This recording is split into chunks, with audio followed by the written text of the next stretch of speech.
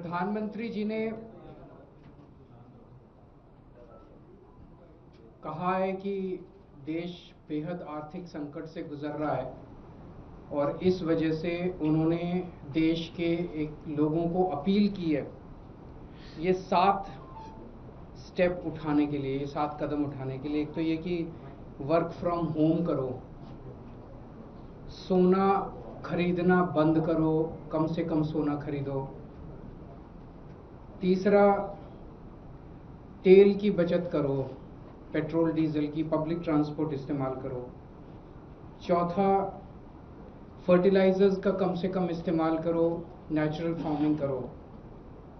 पांचवा, foreign products कम से कम इस्तेमाल करो और फॉरेन एक्सचेंज बचाओ। छठा, कुकिंग ऑयल कम से कम इस्तेमाल करो। और सातवां, फॉरेन ट्रैवल बंद करो, विदेशों में जाना बंद करो।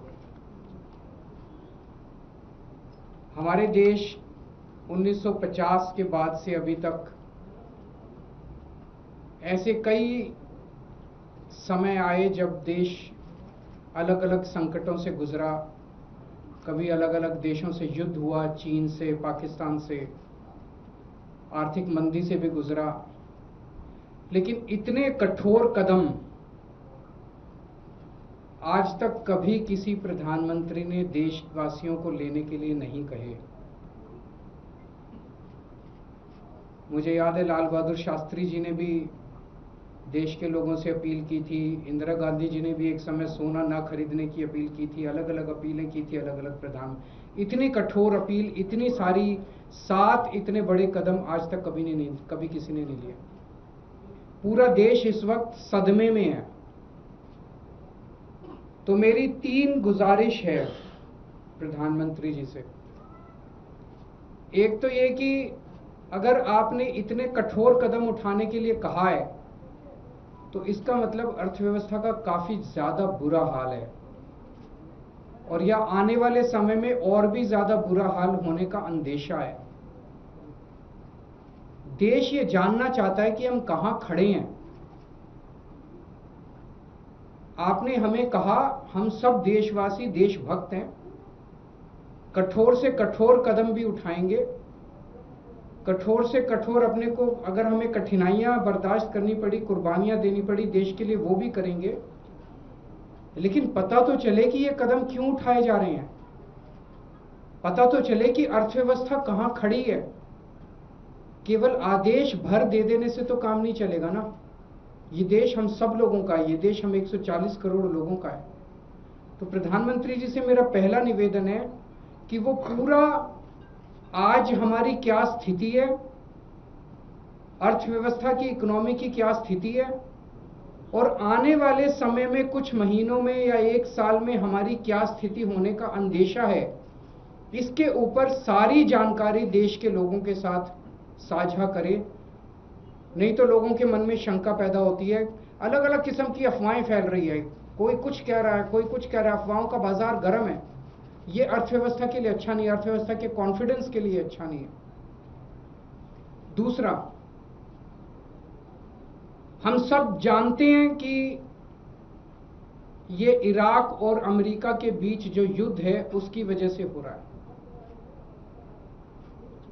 लेकिन इराक और अमेरिका की वजह से युद्ध जो है उसकी वजह से तो पूरी दुनिया प्रभावित है, सारी दुनिया के सभी देश प्रभावित हैं उस युद्ध की वजह से। लेकिन किसी भी देश ने, किसी भी देश की सरकार ने इस किस्म के ये 7 कदम उठाने के लिए किसी भी देश की सरकार ने अपने नागरिकों को अपील नहीं की है। एक भी देश नहीं है। किसी ने कुछ एक स्टेप, किसी ने 2 स्टेप, किसी ने, लेकिन ये 7 इतने कठोर कदम उठाने के लिए एक भी देश की सरकार ने अपने नागरिकों को अपील नहीं की है। इससे मन में शंका पैदा होती है कि कहीं स्थिति केवल इराक अमेरिका के युद्ध की बजाय और भी कहीं स्थिति कुछ और ज्यादा खराब तो नहीं है। हमारा देश किन परिस्थितियों से गुजर रहा है। तो दूसरी मेरी मोदी जी से प्रार्थना है कि देश के लोगों को बताए कि जो कदम किसी भी देश ने नहीं उठाए, सभी देश प्रभावित हैं, ऐसे कठोर कदम केवल भारत देश को उठाने की क्या जरूरत पड़ी, इतनी ज्यादा क्या खराब स्थिति हो गई। और तीसरी बात, इसका सारा बोझ मिडिल क्लास पे क्यों डाला जा रहा है? फॉरेन मत जाओ, फॉरेन प्रोडक्ट्स मत खरीदो, सोना मत खरीदो, पेट्रोल डीजल गाड़ी मत इस्तेमाल करो, वर्क फ्रॉम होम करो, पब्लिक ट्रांसपोर्ट इस्तेमाल, केवल और केवल इन सारे कदमों से केवल मिडिल क्लास बहुत देशभक्त है। जरूरत पड़ेगी किसी भी हद तक मिडिल क्लास देश के लिए कुछ भी करेगा, लेकिन केवल मिडिल क्लास क्यों? सबसे पहले अगर कुर्बानी देनी चाहिए थी तो देश की सरकार को कुर्बानी देनी चाहिए थी। देश की सरकार अपने खर्चों के ऊपर, अपनी कंज्यूमर जो कंज्यूम करते हैं अपने खर्चों के ऊपर, देश की सरकार सबसे पहले कटौती करती। देश की सरकार ने कोई कटौती नहीं की। उसके बाद देश के प्रधानमंत्री और सारे मंत्री मिलकर अपने अपने खर्चों पे और कंजम्पशन पे कटौती करते। उन्होंने भी कोई कटौती नहीं की। सब खुले घूम रहे हैं, विदेशों में भी जा रहे हैं, गाड़ियां भी खूब इस्तेमाल कर रहे हैं, हवाई जहाज सब हो रहा है, सोना भी खूब खरीद रहे होंगे। उसके बाद अगर बनता था तो अफसरों के ऊपर, अफसरों से उम्मीद की जाती कि अफसरशाही जो है वो कुछ कुर्बानी करेगी। उसके बाद उम्मीद थी देश के अल्ट्रा रिच, जिनमें मोदी जी के कुछ दोस्त हैं, उनसे भी एक अपील करते मोदी जी की अडानी जी भी कुछ कुर्बानी करें, और जो देश के अल्ट्रा खरबपति अरबपति हैं वो भी कुछ करो। उनसे भी कोई अपील नहीं की गई। केवल और केवल देश की मिडिल क्लास से ही अपील की गई। इस बात का दुख होता है। मैंने पिछले 2 दिन में कई लोगों से बातचीत की, उन्होंने कहा हम करेंगे देश के लिए कुर्बानी, लेकिन केवल हम क्यों? अडानी जी कुर्बानी नहीं करेंगे, मंत्री कुर्बानी नहीं करेंगे, अफसर कुर्बानी नहीं करेंगे, मोदी जी कुर्बानी नहीं करेंगे। देश तो सबका 140 करोड़ लोगों का है, चुन के केवल मिडिल क्लास के। तो हम सब लोग तैयार हैं, जो भी देश के लिए करने की जरूरत है हम सब तैयार हैं, लेकिन चुन के मिडिल क्लास को टारगेट ना किया जाए और देश के साथ सारी इंफॉर्मेशन साझा की जाए। अगर आपके कोई प्रश्न है तो। सर, नीट का पेपर जो है वो रद्द करना पड़ा है। सबसे पहले मैं उन लाखों बच्चों को और उनके पेरेंट्स को अपनी तरफ से पूरी संवेदना देना चाहता हूं जो इस परीक्षा के रद्द होने से प्रभावित हुए हैं। मैंने भी अपनी जिंदगी में आईआईटी का पेपर दिया था पहले, फिर सिविल सर्विसेज का पेपर दिया था। मैं जानता हूं कि किस तरह से कठोर तपस्या करनी पड़ती है। हमारा एक छोटा सा घर होता था वहां पे हिसार में, ऊपर एक छोटा सा कमरा बनवा लिया था। 24 घंटे उस कमरे में बैठा मैं तैयारी करता रहता था। फॉर्चुनेटली उन दिनों में पेपर लीक नहीं हुआ करते थे।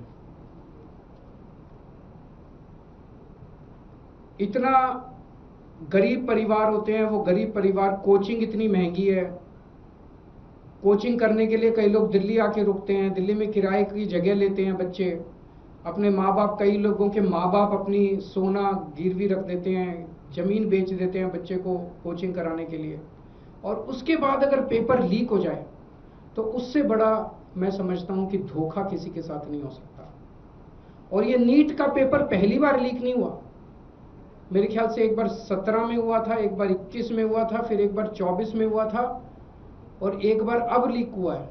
4 बार पेपर लीक हो चुका। तो पेपर ऐसे तो लीक होते नहीं है। इसका मतलब बहुत बड़े स्तर के ऊपर कुछ ना कुछ तो कल्यूजन है, मिली भगत है, पॉलिटिकल पेट्रोनेज है। मैं ये जानना चाहता हूं जिन्होंने 2017 का पेपर लीक किया था वो आज कहां हैं? उनको सजा मिली?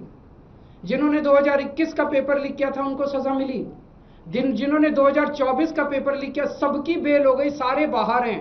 सबको कह दिया गया अब अगले पेपर के लीक करने की तैयारी करो, और वो कर रहे हैं। पेपर लीक पे लीक पे ये चल क्या रहा है इस देश के अंदर? और मैं पूरी जिम्मेदारी के साथ कहता हूं, सरकार चलाना कोई आसान काम नहीं है। सरकार चलाना बहुत मुश्किल काम है।